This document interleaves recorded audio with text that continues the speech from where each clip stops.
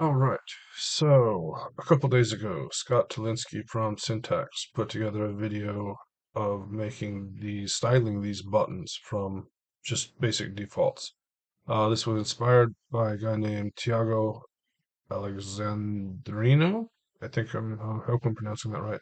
Who posted these on Twitter. I've already downloaded these because I'm going to have to get some colors from them.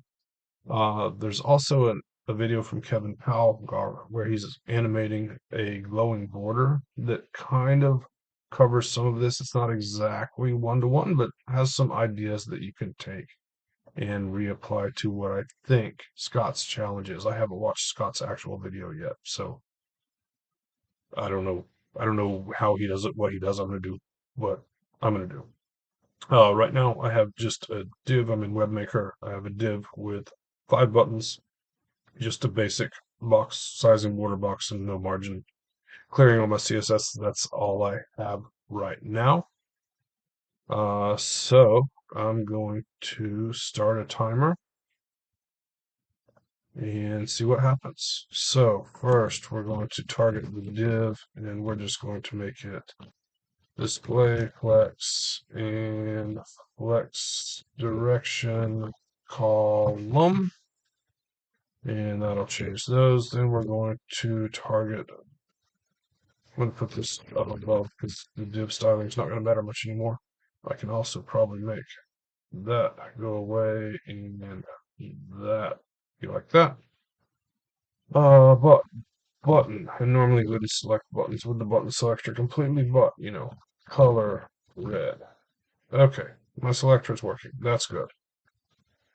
In my button selector, I want to have an ampersand and I want to have a button type equal formal.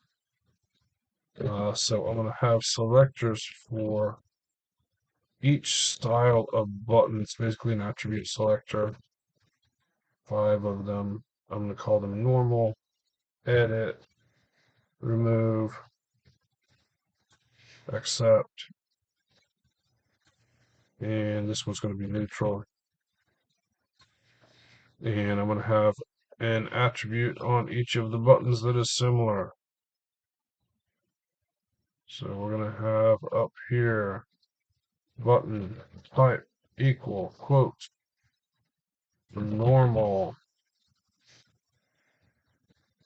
edit, remove, and this shouldn't be changing anything right now. If it is, something is going wrong, accept, and neutral. Now, in each of these, I'm going to have a custom prop that is base color colon semicolon. And to get that, we need to go over to our image editor and pick the right things. So normal is the blue, so it's going to pound that color. Now on the button, let's change color to bar base color. Okay, so that one gets the blue. Come on. This one is some sort of an orange. So here we have the orange color. That seems to be working. Next we have a red. The red color goes down here. The next one is green. The green color goes down here. And the neutral one has to scroll some sort of gray down there. Okay, so those colors are working. That's good. We want working colors. What else do we need to do? Let's say padding. I don't know what it is, 0.75 M, 1M, 13M, 1M. Border radius needs to not be a percentage, so let's do like 50 BW, something big that will overdrive the borders. That's kind of it. And these are just going to size with the window. That's, I don't know, wasn't told anything, so that's what they're going to do. Normal button behavior. What else do we want to do? Font size looks a bit bigger, 1.5 M. That's kind of bigger. We do need, let's do some gap 1M to get stuff just spaced a little bit. Probably closer to 2, but whatever. Okay, so let's look at our target again. So what do we see? We see the text is colored correctly. We see a border that looks like it's some sort of a gradient. Could be a linear gradient, could be a bunch of gradients, but there's also some background happening on the button, maybe. Can't tell exactly what that is. Let's play with some stuff though. All right, so we don't have a background at all yet. So let's do background. Let's make it a linear gradient. Let's go from, I don't know, transparent to, we probably can't go to the base color directly, but let's try it for a minute. Base color to transparent. We don't see anything. There we see something. Okay. Clearly that's much too harsh. So instead of using base color, let's do a lighter color. Let's do a light color. It's going to be HSL from, let's say, var base color. It's going to be HSL slash, let's say, 20%. And then instead of base color here, let's use light color. That doesn't work at all. Why not? Let's just try, let's see if light color is working at all. Maybe it's not.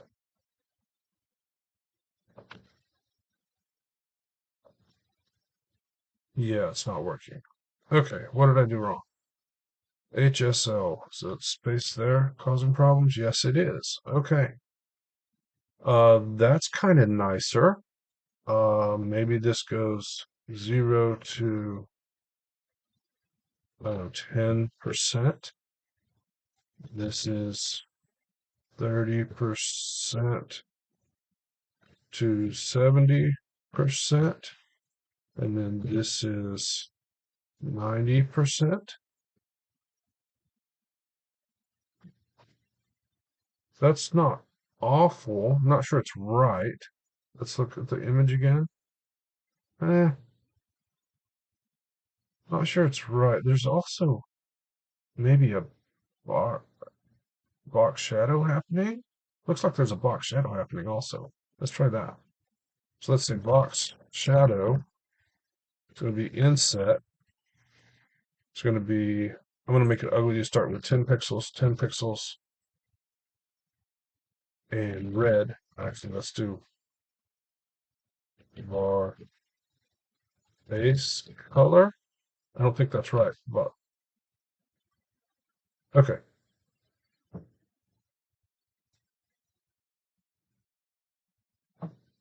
Yeah, okay. So actually, I want this to be probably white. And then I want 5 pixels of blur and 10 pixels of grow. It's opposite grow at this point. That doesn't look awful. It's maybe a little much. Let's try 5. That looks not terrible. It may not be right, but it's not terrible.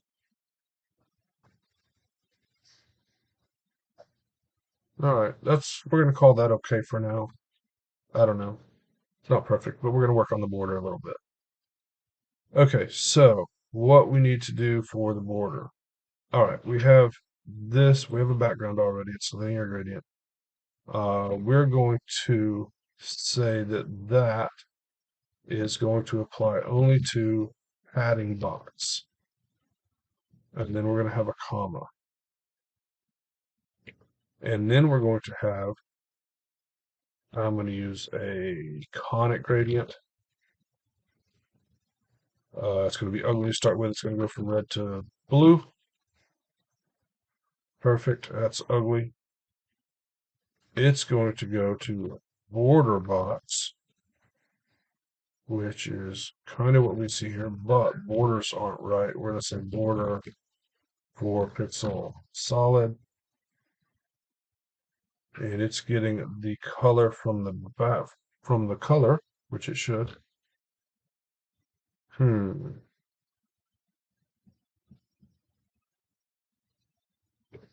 We want to make it transparent, I think, so that we see the background behind it. Yes, that's what I think we want to see.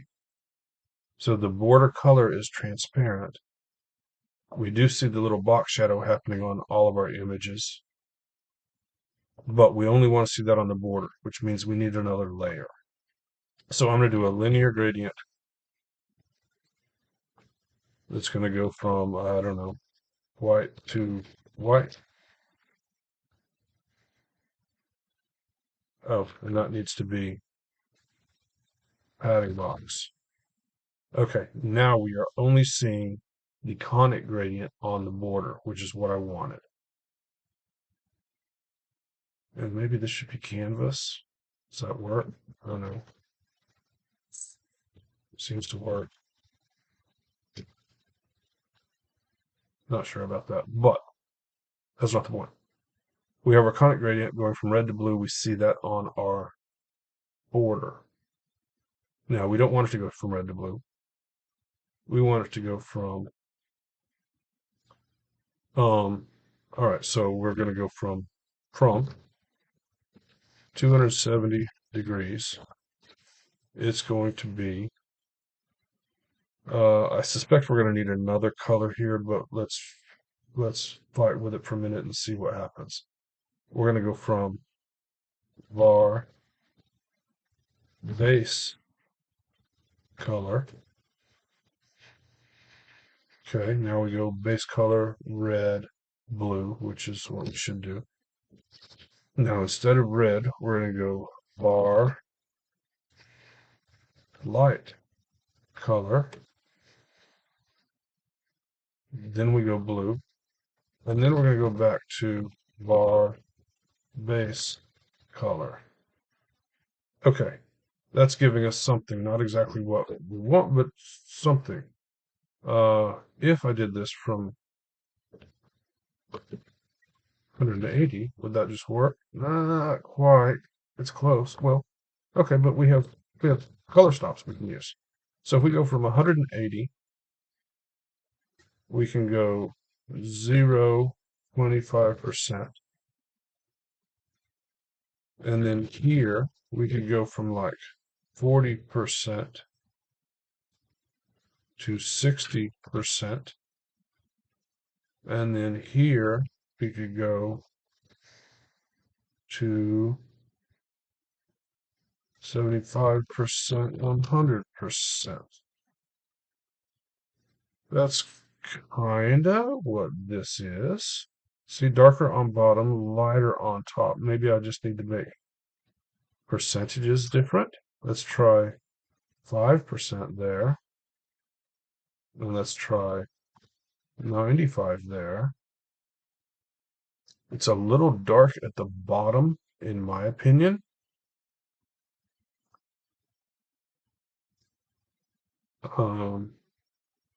So base color is a little dark. So let's do another one. Let's do dark color. It's going to be HSL from var base color HSL. Let's call it 50.5. I don't need that zero, whatever. Then I do need a semicolon. And let's, instead of using base color, let's use dark color. Because dark is lighter than base, which is confusing.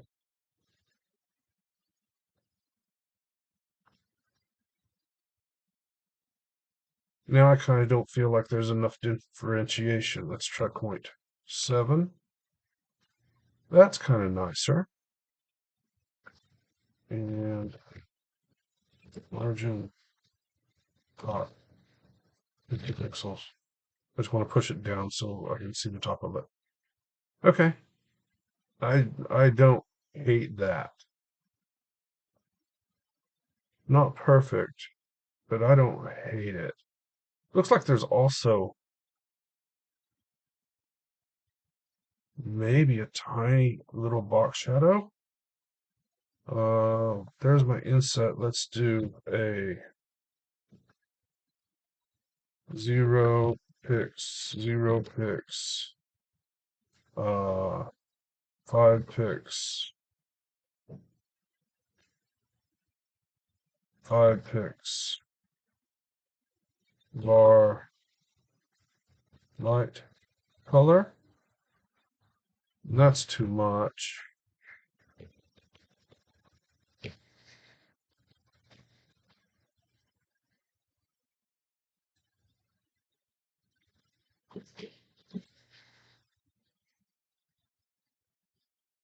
That's not terrible. That's not terrible. Okay. So those are working. The other thing that Scott asked is you do some kind of a cool animation. I don't know about cool animations. I'm not very cool, but let's do something. If I want to do a cool animation, what I have in mind is having the border rotate when you mouse over. So first thing I need to do is get a working hover. So I think that is going to be ampersand colon hover. Let's just do background red to see if it's working. Okay, it's working. That's a plus. All right. I don't want to do background red, probably. That's a cool animation, but what I said I want to do is have the border rotate a little bit. So to do that, I think I need to define a property. So I'm going to say at property. I'm going to call it rotate. I'm going to say that its syntax is, I think I have to quote that, angle. Inherit. I don't actually understand what this does. True. And initial, not default, initial, TIAL, is 180 degrees. I think that's the right way to do it. I don't know. I also need keyframes. I'm going to add keyframes. I'm going to say rotate because that's the thing. I'm going to say 2. Rotate. I have this wrong. I have this wrong. Property is rotation, dash dash rotation. And then down here, I need this to be var rotation. Looks like I've broken it.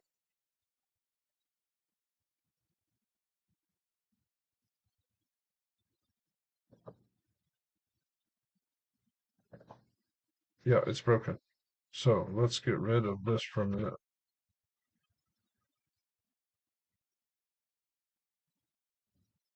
Initial is not initial, it's initial value, I think. Nope.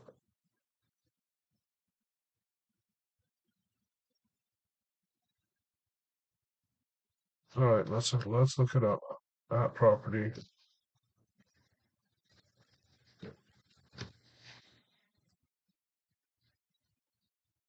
At property. Syntax. Initial value inherits.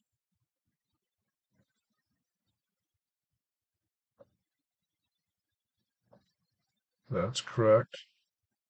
Rotation. But no is working. 180 deg. That is working. So what am I doing wrong?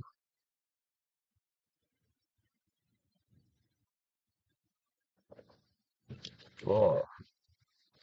Rotation.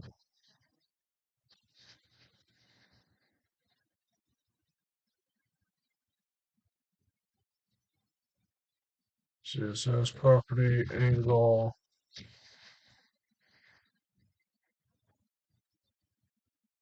Thanks for not showing an example.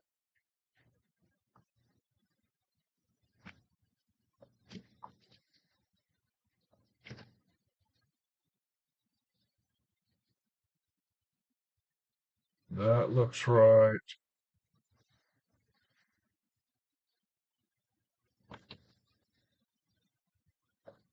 No, it doesn't.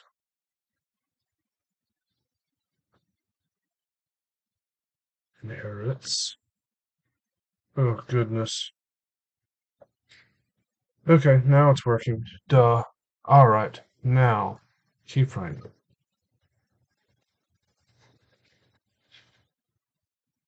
I need to say, keyframes rotate.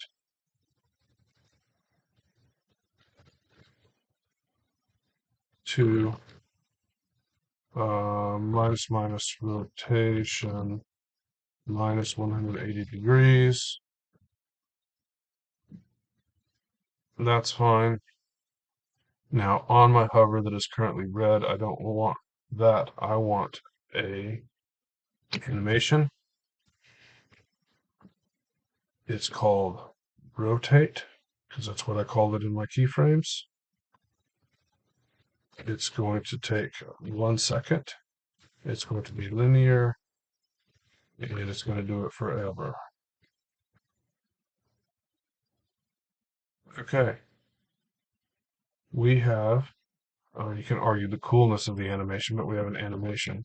Probably should be longer, but so now when we hover over our buttons, we get a cool little animation of the border. I mean, obviously there are tons of other things you could do here, but it is those buttons are probably a little bit big. Maybe they're 3 pixels. That looks a little cleaner. There's a lot of stuff that could still be done. I don't have any sort of specs other than like look at these and make them like these. So, it's a reasonable facsimile. But I don't know. That's what I got. 22 minutes. It's a long time. But that's what I got. Thanks for watching.